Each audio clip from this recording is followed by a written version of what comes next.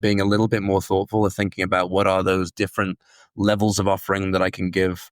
What is the right price metric that really does help me scale across a few different segments? That can make a massive difference to how much value you're able to extract from your market. Coffee's for closers only. So we've established my proposal is sound in principle. Now we're just haggling over price. Let's see how much we're going for on eBay. Man, it's the same as Dunkin' Donuts. Costs 15 times the price.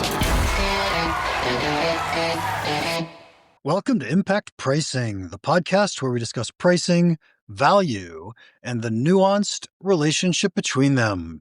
I'm Mark Stiving, and I run boot camps to help companies get paid more. Our guest today is James Wilton. Here are 3 things you want to know about James before we start.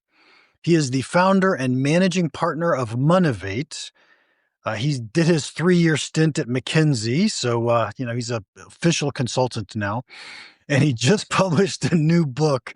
I love the title. It's called Capturing Value. Welcome, James.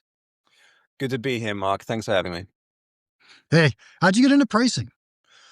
Oh, it was a random walk there, Mark. Has anybody come on this and said that they made a beeline for pricing from the beginning of their career yet? Never. No, I can quite believe it. No, for me, I mean, it was largely by chance. I guess I've always been a consultant since the beginning of my career. I started off doing sales and marketing and strategy consulting, about 6 years of that with my MBA sandwich between it. And then in about 2012, I was at a firm called A.T. Kearney doing general strategy and ops work. And it was very classic consulting, 4-day-a-week travel, right? And I was having to go in the office at the weekend. And I'd also just had a baby. So I was essentially seeing my son Harrison, on the weekends for the first couple of months of his life. And I was in this really difficult position because I really liked consulting, and I sort of identified as a consultant, didn't really want to change that. I loved the variety of the work that I was doing. But I knew I couldn't, from a values perspective, keep this going, right? I wanted to be able to be around my family more than I was. So I didn't know what I was going to do. Lo and behold, I ended up getting headhunted by this internal consulting firm for a company called Relics, or it was called Reed Elsevier back then. But this internal consulting team focused on pricing, which I had not done anything of at this point in my career. But they were coming to me not because I was a pricing expert, because they wanted to leverage my experience in consulting and bring that approach into what they were doing. And the value proposition for me was, you'll probably really like consulting. You'll probably really like the pricing consulting, but then also you'll get a lot more time to spend at home with your wife and your son, and the work-life balance will be better. So I decided to roll the dice on it just for that reason, really. And as it happens, found out that I love pricing through that experience. I think it immediately struck me how it was a lot more strategic than I was expecting it to be, and there was a lot more room for creativity than I was expecting there was going to be as well. So I was hooked pretty quickly. Nice. I actually think it's the most important role in the company, and it isn't the idea of setting the number; it's the idea of understanding what does value mean inside our company. Exactly. Okay. A quick plug, because I want to hear you say it. What did you write in the book Capturing Value? What's interesting?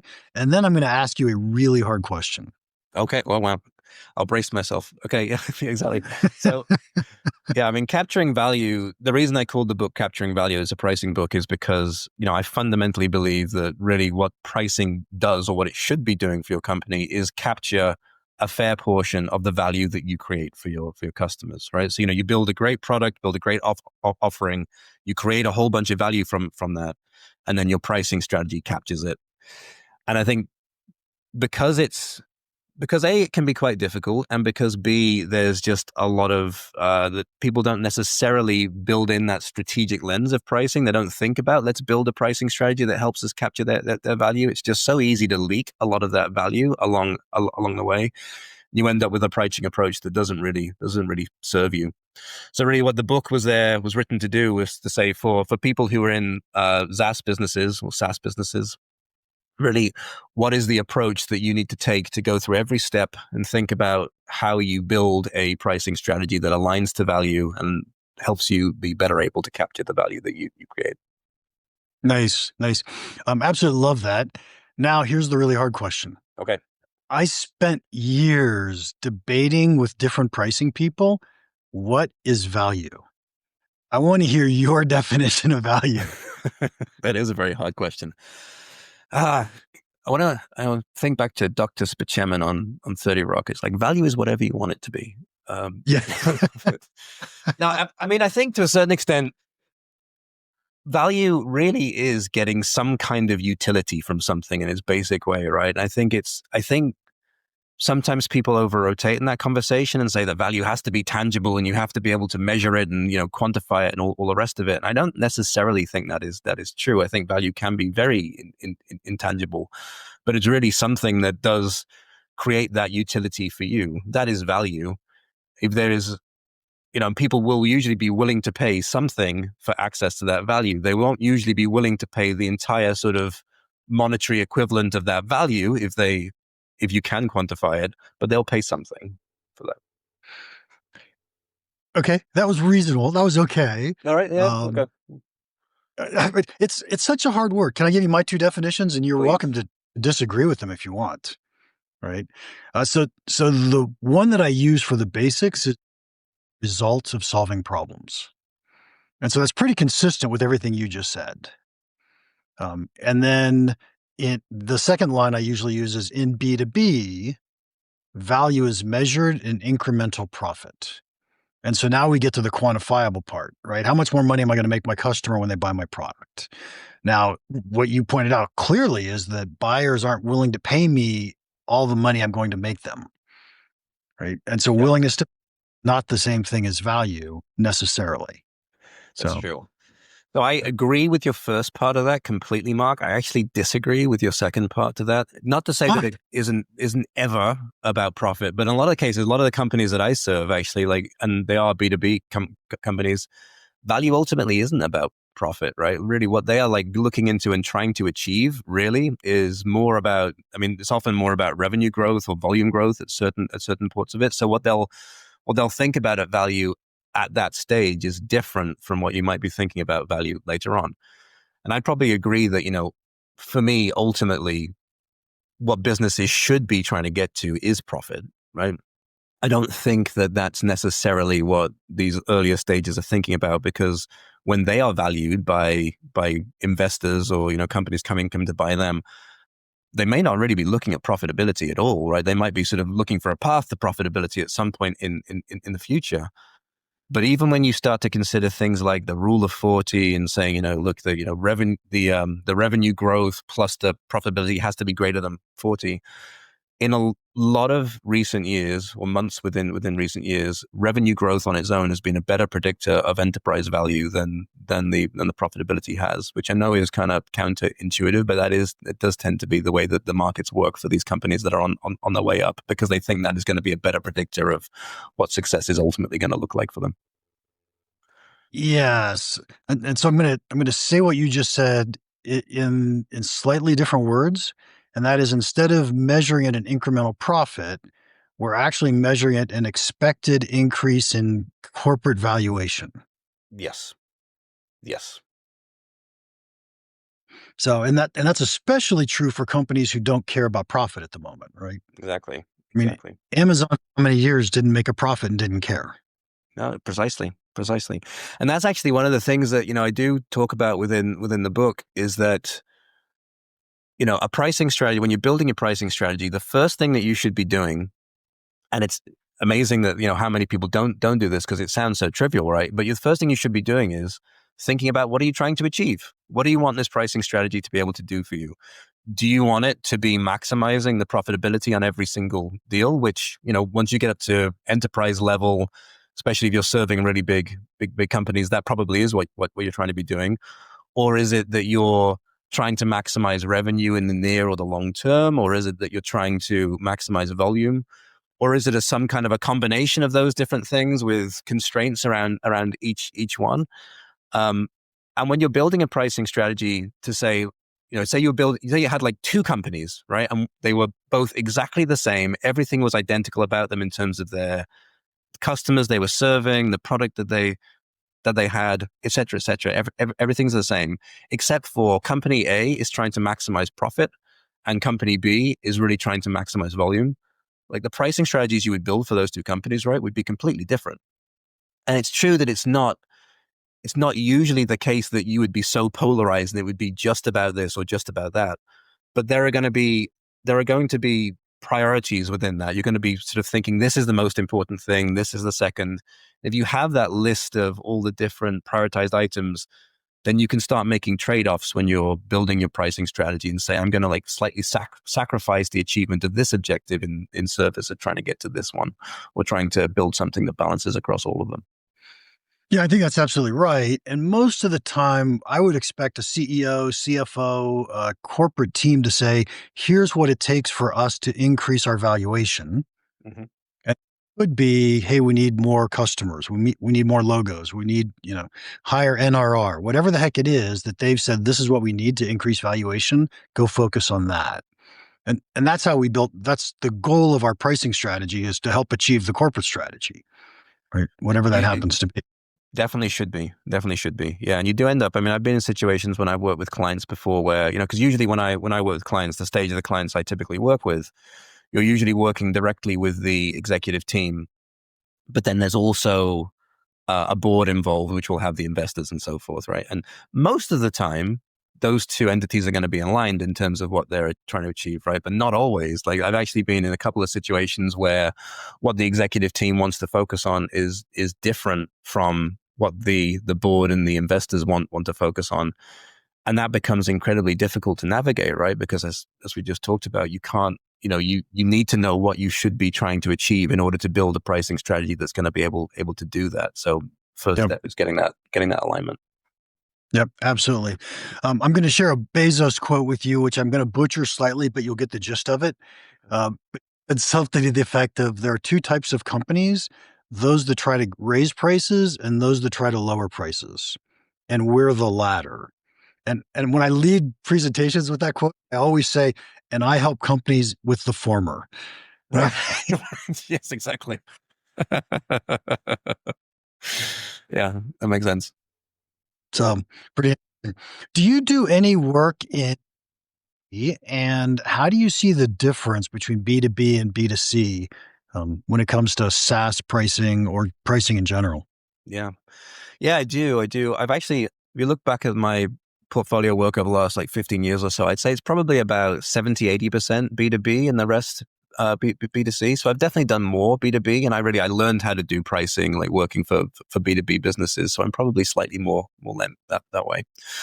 But yeah, I think it's interesting because I think back when I was at McKinsey, actually, there was a school of thought I used to get taught that there were, B2B pricing and B2C pricing were completely different animals. You'd split the practices. You don't do both of those because they are fundamentally different.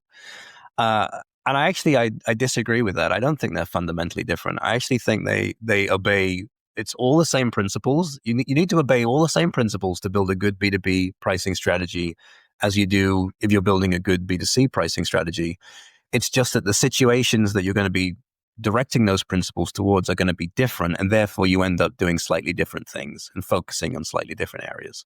Like, for example, I think with B2B businesses, especially if you're the enterprise side of it, you're going to end up with much smaller deal volumes, right? They're going to be much larger deals.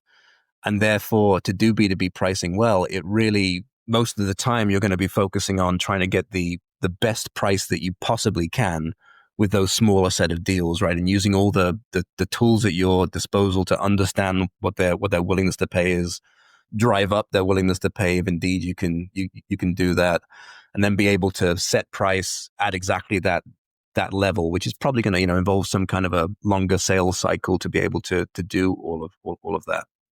And there's going to be discounting and negotiation, so it's less about the pricing strategy the price level that you start with, and more about the price level that you end up with.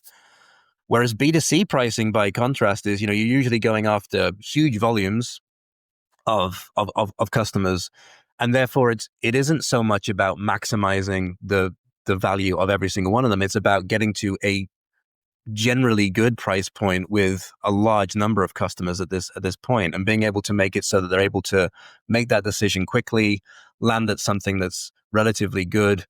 You don't want a lot of negotiation within there because you haven't got the infrastructure or the the resources to be able to do that. So therefore, it really is about getting that list price exactly right, as much as you possibly can, because you're not going to have the ability to discount as much. So there's no differences in the things that you're thinking about and the principles that you're trying to obey, but because the situations are so different, you're going to end up with very different answers. Yeah. I think that's pretty accurate. I like to think of B2C as having what I call a Tioli market. So it's a take it or leave it market. Mm-hmm. We buyers say, am I going to buy it or not buy it? And in B2B, we're often negotiating, right? We're often dealing with individual prices for individual customers. And so for there, we have to understand the value for an individual customer instead of the value for the marketplace or average value, something like that. So pretty fascinating and pretty different. Okay, so now here's the hard question. What's different about pricing AI? I've been having this argument with many of my pricing friends lately. And is there anything different? It's a great question. I mean, certainly if you read everything that's on the internet now, you're going to think it's something completely different. It's a whole different beast, right? That's certainly the way that it's being talked about. Like the rule book is being ripped up by AI. Yeah, and I think I go with what I was sort of saying. It's very similar to the way you're thinking about B2B and B2C pricing, Mark. I actually think if you were going to go through what I would suggest is the right process to price something, start off with your objectives and understanding the market, and then building a pricing system which helps you price differentiate exactly, et cetera, going through all those steps. I don't think pricing AI is really any different from pricing a different product or pricing SaaS. You still think about all the same things. But again, because AI is different to software and to SaaS, and it creates value in different ways. There's this, at least at the moment, there's this very different cost component of it, right? And there's all these things to be thinking about there. If you go through that process, you're probably going to come out with different answers to what the general answers have been for SaaS over the past 10, 15 years. And so again, going through that process, I don't think is any different, but a lot of people aren't going through that process when they're pricing their SaaS products, right? They're thinking, oh, it's SaaS. Let's do a good, better, best packaging scheme and let's price it per user. It's like a knee-jerk sort of easy answer there. And I think that knee-jerk easy answer doesn't necessarily work for AI as frequently as it works for SaaS. And obviously that makes people feel uncomfortable because it's quite different. Yeah, I guess it depends on what you have as your foundational belief of pricing, right? So if you think that it's good, better, best, and per user, then I would say it's very different. Right. If you believe we're charging based on willingness to pay, and willingness to pay is a function of how much value we deliver to our customers, it's the exact same thing. Exactly. Right? Yep. Yeah, we're on the same page. So nice. Okay, I don't know if you're willing to share this with all of us, because I'm really curious. How are you using AI in your business? Yeah, it's a great question. It's an evolving area. I mean, we're using it in a couple of ways, I think. Like generally, most of our associates and consultants now have access to it, and they're just kind of using it for the kinds of things that we do day to day, like, being able to message things. It's quite useful for writing copy and for drafting things in nice and clear ways when you have it set up to be able to do that. Like you have to customize your GPT a little bit, I find, but once you've done that, that can be quite useful. We've also started using it to summarize results of interviews as well. A lot of we do market research in various ways at Monevate, but we always do at least a few interviews with buyers and of different segments. And then I think the challenge for the consultant becomes summarizing and synthesizing the themes across all of these different areas. You literally would have to sort of just, as you're going through the interviews, keep your eyes open for these things that you're looking for and flagging them, and then going back over previous interviews and seeing whether they would start to build up that kind of fact base around all these different themes and outputs that are coming out. AI is able to make that a lot more seamless now. It wasn't originally. You go back about 12 months to 18 months, and it would hallucinate all the time and pull out things that weren't actually said. And you have to be really, really, really careful. It's now actually some of the GPTs we're using are a lot more accurate about doing that. And we've been testing, right? We've been doing our own synthesis in parallel to looking at what the AI does to make sure that it does this in a pretty robust way now. And it's a lot further along than it was, and certainly is a time saver for that part of our projects. Nice. So, to summarize, what you just said was you're using it to analyze qualitative research, which I think is awesome. And I don't know if you've tried this yet or not, but you could get one LLM to cross-check the results of another LLM. So if they give you an output, you could just put the original and the output into a different LLM and say, hey, is this a good summary of this? It's true. Yeah, that's a good point. Right. And so now we don't even have to do the summary, the analysis. That's right. So just a thought. I like that. Okay, so let's jump to usage-based pricing. So I before we jump to usage-based pricing, I learned this from probably Stephen Forth. Most of what I learned from Stephen Forth. He's brilliant. I always disagree with him when he comes up with new ideas until he convinces me that they're right. All right. Okay. But he I think he's the one who said there are pricing metrics, there are usage metrics, and there are value metrics. That's what it was, right? So those 3 different types of metrics, right? So a value metric is how does a customer measure the value they get? Mm-hmm. Okay. Metric is how do we measure how much someone uses our product? Pricing metric is what do we charge for? Yes. Okay. Usage-based pricing, what we're really saying is how much are they using, and we want to use that as our pricing metric, right? We want to use some usage metric as their pricing metric. Yes. I set that stage up so that I could ask you, tell me about usage-based pricing. Is it the future? I mean, subscription was supposed to be the future and everything was going subscription, but now everybody's talking usage. Yeah. No, great question. Well, I think firstly, at least in the way that I see usage-based pricing, I don't think usage-based pricing and subscriptions are either or, right? I think there's ways of doing subscription pricing, which is also got a component of usage-based pricing in it as well. There's these kind of hybrid models, some of which are very much anchored towards, doing this very predictable subscription pricing, but just having this usage element in there. I think that when people think about usage-based pricing, they really sort of, what comes into your head is these models where you just literally measure how much somebody was using in a particular month or time period, right? And just charge them based on those number of units, which is definitely one way of doing it. But I've been watching usage-based pricing for about the last sort of 12 or 13 years, right? And the pendulum keeps sort of swinging backwards and forwards between it, because I think people like usage-based pricing when usage aligns to value, which it does sometimes, and I think increasingly so as we get more automation, and so people can do more with fewer users. And obviously, these AI models that are coming in, there's a big usage element to them as well.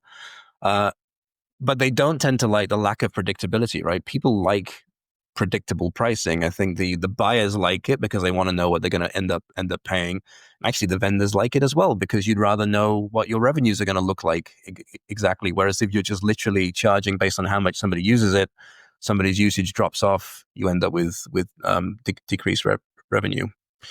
What I've seen a lot of in the last couple of years as we've been doing usage-based pricing at Monevate are these models which are usage-based, but they're more about charging for capacities of usage than they are about charging for exact usage. So like you'd say, if I was starting off with a new customer who's on my product and I'm charging based on, I'll just say transactions as a generic usage-based metric, I would need some way of looking at their profile and estimating what their transactions is going to look like for that first year. And I say, this is going to be the price for your first year. I'm charging you for this many transactions, and they're going to start using it. They may end up using more than that. They may end up using less than that. If I want to upsell them within the first year because they use more, that's a design decision that you could make, but you may not do. But then you've measured how much they've actually used it over that first year, and then their pricing for the second year is going to be changed based on the amount that they used it in that first year. And there's many variants around that kind of a system, right? But as a simple form, that would be the way it is. The benefit in that is you still get the short-term predictability in terms of the payments, which is very helpful for companies for budgeting, thinking about what they're going to end up paying. But you still get the value alignment with usage, assuming that you do have there is a measure of usage which aligns to value for you. And you get the other big benefit of usage-based pricing, I think, which is we call it growth orientation, right? Because usage-based metrics, if you pick the right one, it's usually going to be something that ends up growing over time and can take you to higher price points. So you get that growth orientation over the long term, but you still keep the predictability in the short term, and that still counts as recurring revenue, and it's still by default a subscription. So I think there's a kind of that blurry hybrid world, I think, is where a lot of models have been going recently. And actually, I think we'll end up seeing AI go a lot in that direction as well, particularly when the costs for it start coming down. Yeah, I agree with what you said in terms of, I usually call it buckets or tiers, but you're buying access to a capacity. So one of the ways I use about this and share your thoughts with me on this is that when you think about something that's a cost, and that really belongs in these or tiers. Yeah. But if I can sell something that me, then I can think of per usage, and you're very happy. And the example I always use is PayPal. PayPal charges 2% of your revenue or whatever the number is. And I look forward to the day I get to pay PayPal $1 million. Right. Yep. No, I got you. So I think what you just said was like, if it's something that is about a cost to you, that's something you'd want in tiers. Whether it's something that more aligns with generating revenue or something, that's something that you could do in more of a scalable model. Did I get that? Yes. Got you. Yes, I agree. That's it, right? Because I think this is the thing with usage-based pricing, right? It's been quite trendy for a while, which means a lot of people end up wanting to do usage-based pricing. And I think there is a step that can be skipped, which is usage-based pricing right for me? And I would say that, usage-based pricing setting out your stall to actually do usage-based pricing, which is I'm going to make this the main way that I'm monetizing you, is you want it to be the latter of those two examples that you just said, right? Like it is something that actually drives value for the customer. It is value aligned, I would say. In that kind of a case, it does make sense to have that as being your main metric. If it's cost aligned, but it's not value aligned, it really shouldn't be your price metric, right? You should not be doing that because you're going to get all the friction that you get from picking a metric that doesn't really scale with value for the customer. But you are incurring your own costs there. So usually the way to deal with that would be to build into your pricing model, setting your prices. You got coverage for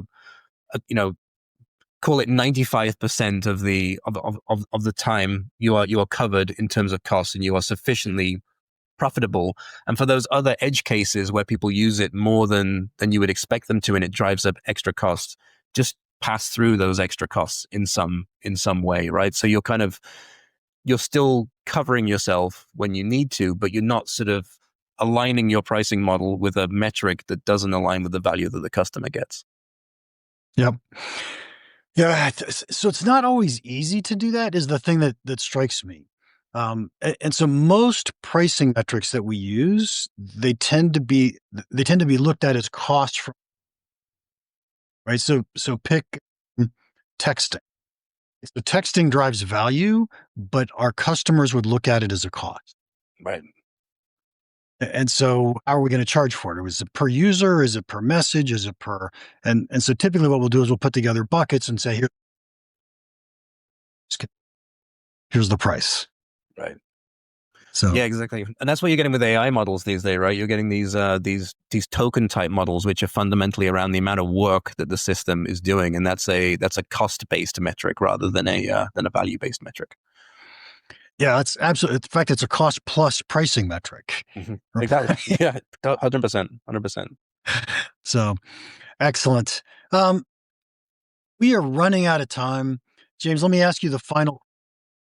What is one piece of pricing advice you'd give our listeners that you think could have a big impact? What is one piece of pricing advice I could give our listeners that would have a big impact on them? Mm-hmm. Yep, absolutely. I think, it depends, I think, on which stage I was going for. I guess I serve a lot of companies at the lower end who are really building relatively early pricing strategies for them. And therefore, I think the most powerful piece of pricing advice you could get would be to build a price structure that helps you to price differentiate more effectively. The amount of times that I see companies come out with just one package and it's take it or leave it, and a price metric which is just defaulted to like a per user, incredibly common, right? And that really means that you're not setting yourself up to be able to charge different amounts for different customers based off the value that they are getting and based off the willingness to pay that they have. So being a little bit more thoughtful of thinking about what are those different levels of offering that I can give, what is the right price metric that really does help me scale across a few different segments, that can make a massive difference to how much value you're able to extract from your market. Yeah, so I've heard that getting the pricing metric right is more important than Is that right? So, James, thank you so much for your time today. If anybody wants to contact you, how can they do that? Yep. Best way, Mark, would be on my LinkedIn profile. My handle is James D. Wilton. Excellent. Appreciate that. And to our listeners, thank you for your time. If you enjoyed this, please leave us a rating. Scott Sinning said about my newest book, Instant Profits. This is a quick read with powerful ideas about how to raise prices the right way. It's very timely given the impact of tariffs rippling through the supply chain. Highly recommended for sales management and pricing leaders. Scott, the check is. Thank you very much. And finally, if you have any questions, comments about the podcast, or if your company needs help getting paid more for the value you deliver, feel free to email me, mark@impactpricing.com. Now, go make an impact.